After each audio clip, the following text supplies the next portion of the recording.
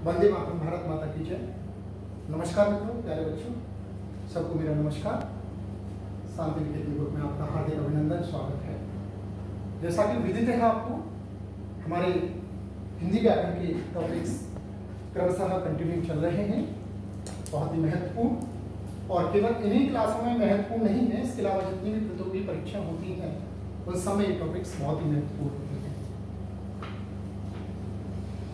अभी तक जो भी टॉपिक पढ़े हैं वो तो महत्वपूर्ण है ही, बट उसके बाद में यह टॉपिक भी बहुत ही महत्वपूर्ण है। बट अन्य टॉपिक्स की अपेक्षा यह बहुत ही सरल इजी टॉपिक है जिसके बारे में हम पढ़ने जा रहे हैं और हम अच्छे से ध्यानपूर्वक इस टॉपिक के बारे में पढ़ेंगे। आज का हमारा टॉपिक वाक्य है। इसका पार्ट फर्स्ट है, हिंदी ग्रामर का टॉपिक है। वाक्य किसे कहते हैं, वाक्य क्या होता है, वाक्य की क्या परिभाषा है, वाक्य का क्या अर्थ होता है। क्रमशः हम पूर्व ज्ञान से नए ज्ञान की तरफ चलेंगे। वाक्य भाषा का अंग है, भाषा की सबसे बड़ी इकाई है। जैसा कि मैंने कई बार आपको बताया है, भाषा की जो इकाई होती है वो मुख्यतः 4 होती है, जिसमें पहली जो इकाई होती है वह वर्ण होता है, सेकंड इकाई होती है वह आपका शब्द होता है, और थर्ड नंबर की इकाई जो है वह है आपका पद होता है, और फोर्थ नंबर की जो इकाई है, जो आज का हमारा टॉपिक है, जो भाषा की 4 नंबर की इकाई है, सबसे बड़ी इकाई है, जिसका नाम है वाक्य। वर्ण की बात करते हैं तो आपने वर्ण के बारे में लगभग सेकंड फर्स्ट क्लास से आप पढ़ते आ रहे हैं, लगभग 8वीं तक क्लास तक आपने अच्छे से पढ़ते हुआ। वर्ण किसे कहते हैं, जो भाषा की फर्स्ट इकाई है, सबसे छोटी इकाई है। वर्ण उसे कहते हैं मुख से निकली हुई छोटी से छोटी ध्वनि को जिसके टुकड़े न किए जा सके, उसे हम वर्ण कहते हैं।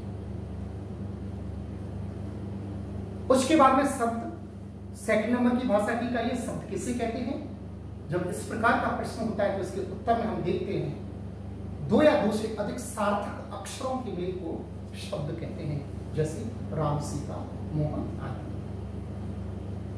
उसके बाद में तीसरे नंबर की इकाई पद परिचय, जिसके बारे में पद है, जिसके बाद में 10th क्लास में पद परिचय एक टॉपिक है, उसमें पद के बारे में बताया गया है। अर्थात वाक्य में जो प्रयुक्त शब्द होते हैं, जैसे राम घर जाता है, यह एक वाक्य है। तो राम एक पद हुआ, घर एक पद हुआ, जाता है एक पद हुआ। तो इस प्रकार वाक्य में प्रयुक्त शब्द जो होते हैं, वाक्यों में जो प्रयुक्त शब्द किए जाते हैं, उन्हें हम पद कहते हैं। और चौथे नंबर की जो इकाई हमारी वह है वाक्य। अब हमारा टॉपिक वाक्य मिलता जुलता है, और वाक्य किससे कहते हैं, वाक्य के बारे में जब हम पढ़ते हैं तो हम कह सकते हैं 2 या 2 से अधिक सार्थक शब्दों के मेल को वाक्य कहते हैं। जैसे सीता गीता पढ़ती है, सीता रामचरितमानस पढ़ती है, मोहन घर जाता है, ये वाक्य है। अब भाषा के अंतर्गत कई प्रकार के वाक्य होते हैं, आप जानते ही हो। कुछ वाक्य ऐसे होते हैं नकारात्मक होते हैं, जिनमें नहीं का बोध होता है। भाई सभी प्रकार के वाक्यों से भाषा बनती है, और भाषा में तो सभी प्रकार के वाक्य प्रयोग किए जाते हैं, क्योंकि भावों के अनुसार हम वाक्यों का प्रयोग करते हैं। जहां जिस प्रकार का भाव होता है, जिस प्रकार की हम चीज देखते हैं, उस प्रकार का हम वाक्यों को प्रयोग करते हैं भाषा के अंतर्गत। तो हम कह सकते हैं वाक्य 2 या 2 से अधिक सार्थक शब्दों के मेल को वाक्य कहते हैं। वाक्य के कितने प्रकार होते हैं, वाक्य के 2 प्रकार होते हैं, जिसमें पहला है आपका अर्थ के आधार पर और दूसरा है रचना के आधार पर। अर्थ के आधार पर जो आपका टॉपिक है, आपकी क्लास का टॉपिक है, वो अर्थ के आधार पर है, और रचना के आधार पर ये टॉपिक जो है वो 10th क्लास का टॉपिक है। बट हम इस टॉपिक के बारे में पढ़ेंगे विस्तृत रूप से, क्रमशः पढ़ेंगे। तो अर्थ के आधार पर जो वाक्य के प्रकार होते हैं वो 8 होते हैं, और रचना के आधार पर जो वाक्य के प्रकार होते हैं वो 3 होते हैं। ये 10th क्लास का टॉपिक है, हालांकि महत्वपूर्ण जितनी भी प्रतियोगी परीक्षा होती है उनमें भी आता है। तो रचना के आधार पर 3 होते हैं, सरल, संयुक्त और मिश्रित, जो 10th का भी टॉपिक है आपका, बट हम इन 3 वाक्यों की चर्चा न करते हुए, क्योंकि आपका टॉपिक नहीं है, हम इन अर्थ के आधार पर जो 8 प्रकार के वाक्य होते हैं इनके बारे में हम पढ़ेंगे, क्रमशः पढ़ेंगे। थोड़ा सा मैं जो 8 प्रकार के जो अर्थ के आधार पर वाक्य होते हैं, मैं सबके बारे में आज 8 प्रकार के जो वाक्य होते हैं उनके बारे में अच्छे से बताऊंगा, और इसमें से कंटिन्यू 3 हैं, इनके बारे में विस्तृत जानकारी और उदाहरण के साथ में मैं आपके सामने प्रस्तुत करूंगा। आज की क्लास में, आज के पार्ट में मैं 3 प्रकार के वाक्यों के बारे में बात करूंगा। हालांकि है इसमें 8, लेकिन मैं 3 के प्रकार में, लेकिन डेफिनेशन आज मैं आपको 8 के प्रकार के बारे में बताऊंगा, लेकिन उदाहरण के माध्यम से जो विस्तृत रूप से समझाऊंगा वो 3 जो वाक्य हैं इनके बारे में मैं आपको बताऊंगा। इसमें पहला जो वाक्य है वो विधानवाचक वाक्य है। विधानवाचक अर्थात वाक्य के नाम से ही पता लग जाता है हमें, विधान का मतलब होता है विधि के अनुसार, अर्थात जिसमें निश्चितता का बोध होता है, जिसमें निश्चितता बोध होता है, विधि के अनुसार जो बात सत्य होती है, अर्थात निश्चितता का बोध जिन वाक्यों के अंतर्गत होता है उन वाक्यों को हम विधानवाचक वाक्य कहते हैं। अर्थात वाक्य को ज्यों का त्यों प्रस्तुत किया जाता है, जैसा वाक्य होता है ज्यों का त्यों प्रस्तुत किया जाता है। हो सकता है कभी वो सत्य भी हो सकता है कभी थोड़ा सा उसमें सत्यता भी हो, लेकिन विधि के अनुसार, अर्थात निश्चितता बताई जाती है जिन वाक्यों में। जैसे सूर्योदय होता है, सूर्य पूरब से निकलता है, प्रभात प्रतिदिन विद्यालय जाता है, प्रभात तो यह निश्चितता का बोध हो रहा है, प्रभात प्रतिदिन विद्यालय जाता है।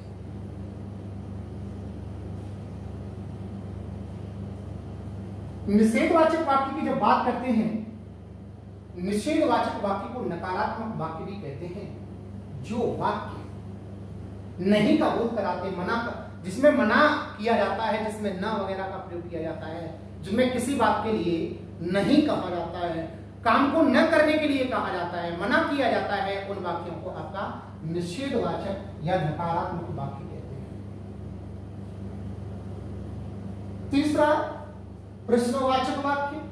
प्रश्नवाचक वाक्य में क्या होता है, प्रश्न किया जाता है, जिज्ञासा प्रकट की जाती है किसी दूसरे के, जिसमें जिज्ञासा के भाव रहते हैं, किसी से जानने की जिज्ञासा, उसमें मूलतः जिज्ञासा छुपी रहती है।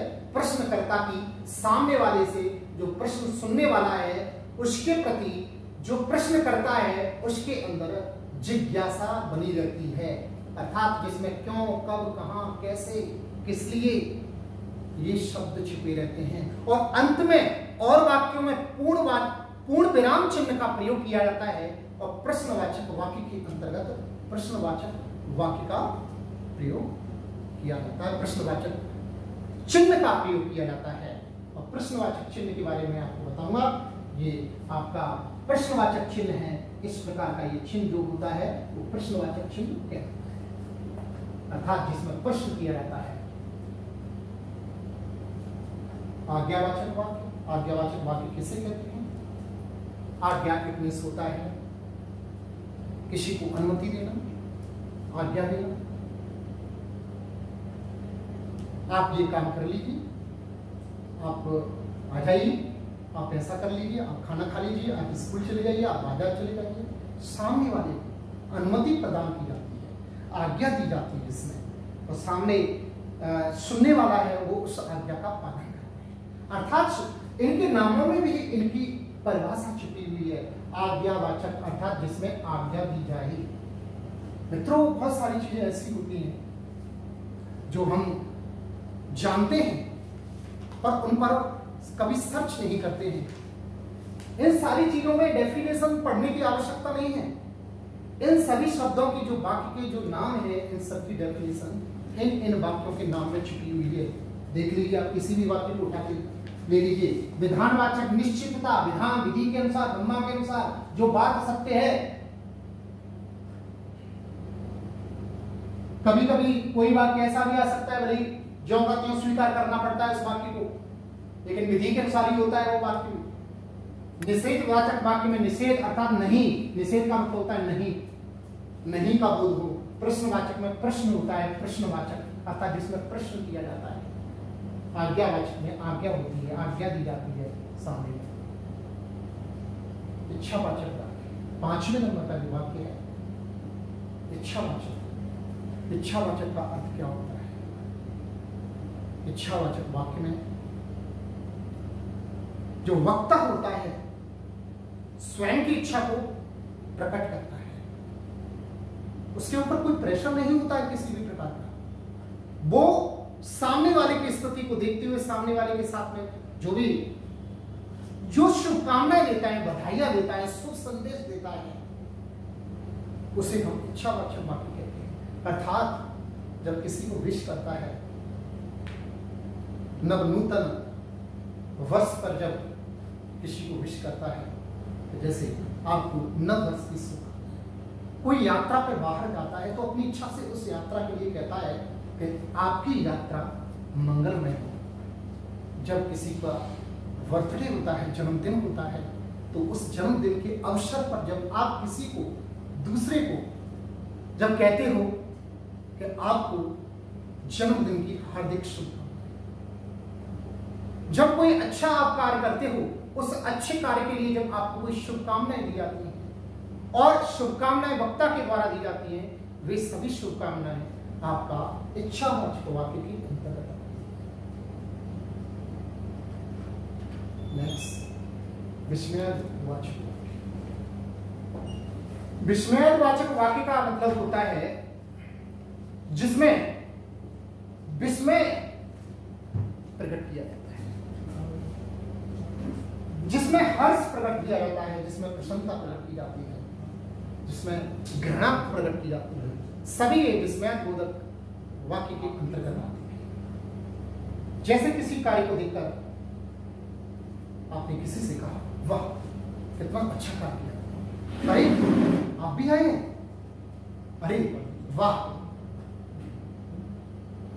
किसी अचानक से अपने प्रियजन की, जब प्रियजन के साथ में कोई घटना घटित होती है, तो जब उसको देखकर हम कहते हैं, ओ अरे ये क्या हो गया उसके साथ। जब किसी सुंदर चीज को देखते हैं, वाह कितनी सुंदर चीज है, वाह कितना सुंदर बीज है, वाह कितना सुंदर फूल है, वाह कितना सुंदर मकान है। तो आश्चर्य, प्रसन्नता, हर्ष, विस्मय, घृणा, छी कितनी गंदी चीज, छी। किसी मरी हुई चीज को देखते हैं, किसी गंदी चीज को देखते हैं, छी। जो छी शब्द का, अरे, ओ, वाह, इन शब्दों का जब प्रयोग करते हैं आप जिस वाक्यों के अंदर, वे सभी वाक्य आपका विस्मयवाचक वाचक वाक्य के अंतर्गत विस्मय प्रकट किया जाता है। संदेहवाचक, संदेह छुपा रहता है, डाउट छुपा रहता है, कंफ्यूजन, पता नहीं है, शायद वर्षा हो सकती है आज, संदेह है, 100% श्योर नहीं है इस चीज में, वर्षा हो सकती है, संडे का लॉकडाउन हट गया, ये निश्चित है, बट वर्षा हो सकती है, पता नहीं है, कल की छुट्टी हो सकती है कि नहीं, पता नहीं है। संदेह प्रकट किया गया, शंका प्रकट किया गया, उसमें श्योर नहीं हो। तो इस प्रकार के जो वाक्य होते हैं वो संदेहवाचक वाक्य के अंतर्गत आते हैं। संकेतवाचक वाक्य की जब बात करते हैं, संकेत में क्या होता है प्रिय मित्रों, संकेत के अंतर्गत एक वाक्य की क्रिया जो होती है दूसरे वाक्य की क्रिया पर डिपेंड रहती है और दूसरी तरफ संकेत किया जाता है। जैसे उदाहरण के तौर पर बताना चाहूंगा, यदि परीक्षाओं के लिए मेहनत करते तो पास हो जाते, यदि वर्षा अच्छी होती तो फसल अच्छी हो जाती। बताइए, यदि ऐसा होता तो ऐसा हो जाता, यदि ऐसा होता तो ऐसा हो जाता। इस प्रकार के जितने भी वाक्य हैं वे सभी वाक्य आपके किसके अंतर्गत आएंगे? वो आएंगे आपके संकेतवाचक, अर्थात जिन वाक्यों के अंतर्गत संकेत प्रकट किया जाए।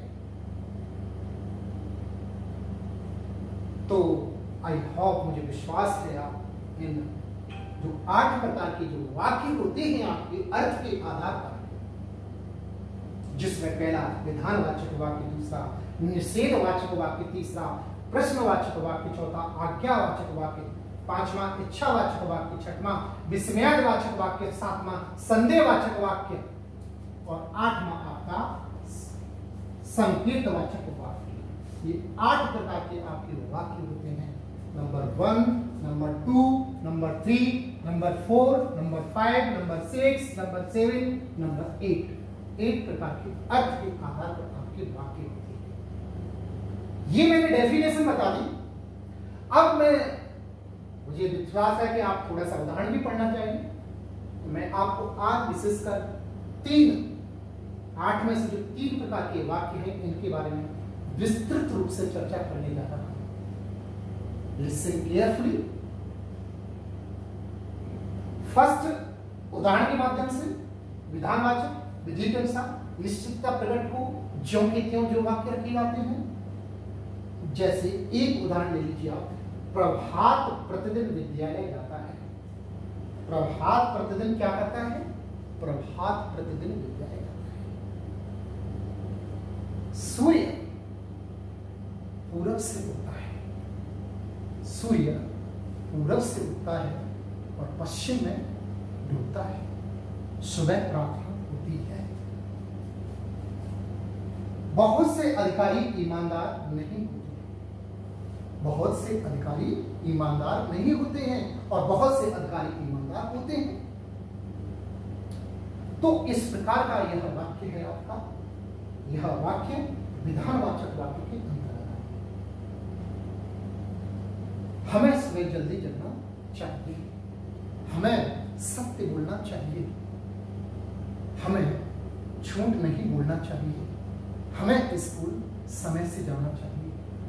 ये सभी आपके वाक्य हैं जो कि आपके ये वाक्य सारे विधानवाचक वाक्य के अंतर्गत आएंगे।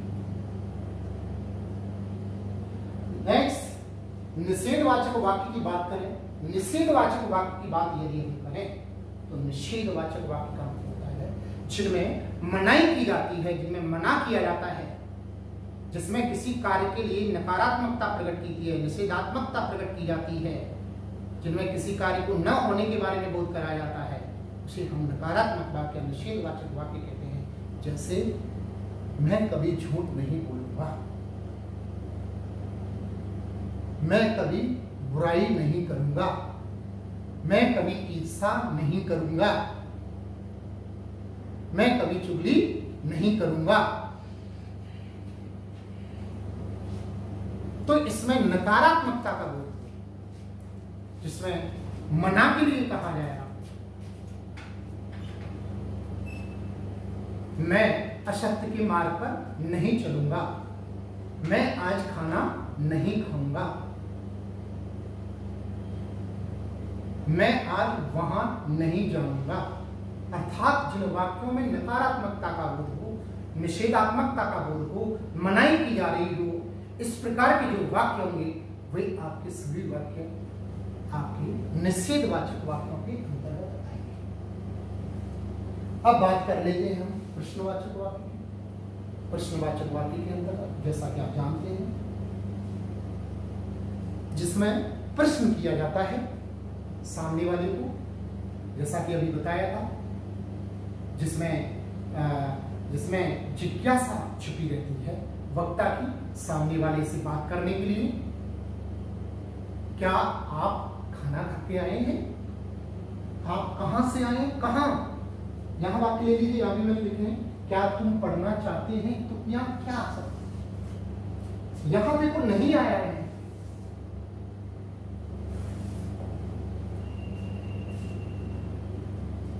वाक्यों से भी आप पहचान सकते हो। वाक्यों में उसकी डेफिनेशन के जो शब्द होते हैं वो छुपे रहते हैं। वाक्यों में जो शब्द प्रयोग होते हैं उनसे भी आप जान सकते हो। ट्रिक, आपको यदि परिभाषा याद नहीं हो रही है तो आप उस वाक्य के अंतर्गत उसके कुछ शब्द होते हैं वो छुपे रहते हैं, उन शब्दों से भी आप पता लगा सकते हो यह वाक्य इस वाक्य के अंतर्गत आएगा। Very very easy topic. This topic बहुत ही ये टॉपिक सरल है, आप समझ सकते हैं। ऐसे ही आप प्रश्नवाचक के अंतर्गत वाक्य से भी पहचान सकते हो। एक तो इसमें इस प्रकार के प्रश्नवाचक वाक्यों के अंतर्गत जो होगा, क्या होगा, क्या हो सकता है, क्यों हो सकता है, कहां हो सकता है, कैसे हो सकता है, किस लिए हो सकता है, क्योंकि हो सकता है, अर्थात इस प्रकार के जब शब्द आप देखें तो वहां आपका क्या होगा, वहां आपका प्रश्नवाचक वाक्य होगा। दूसरी बात, इनके अंत में जो प्रयोग किया जाएगा, इनके अंत में जो प्रश्नवाचक शब्दों का प्रयोग किया जाएगा, यहां देख सकते हैं आप, ये प्रश्नवाचक शब्द है। तो इस प्रकार के जो वाक्यों का प्रयोग किया जाता है उसे हम प्रश्नवाचक वाक्य कहते हैं। अर्थात जिन वाक्यों में जिसमें आपकी प्रश्न किया जा रहा हो, प्रश्न प्रकट किया जा रहा हो, उन वाक्यों को हम प्रश्नवाचक वाक्य कहते हैं। आई होप, मुझे उम्मीद है, विश्वास है आप ये समझ गए होंगे। ये 8 प्रकार के वाक्य होते हैं। आज हमने विस्तृत रूप से सभी की परिभाषा पढ़ी और आज और विस्तृत रूप से उदाहरणों के माध्यम से हमने 3 प्रकार के वाक्यों के बारे में जान लिया है। विधानवाचक वाक्य के बारे में जान लिया, निषेधवाचक वाक्य के बारे में जान लिया, प्रश्नवाचक वाक्य के बारे में जान लिया। तो बाकी जो बचे हैं 5 प्रकार के और वाक्य, नेक्स्ट सेकंड पार्ट में हम इनके बारे में अच्छे से जानेंगे। तब तक के लिए थैंक यू, धन्यवाद। वंदे मातरम, भारत माता की जय।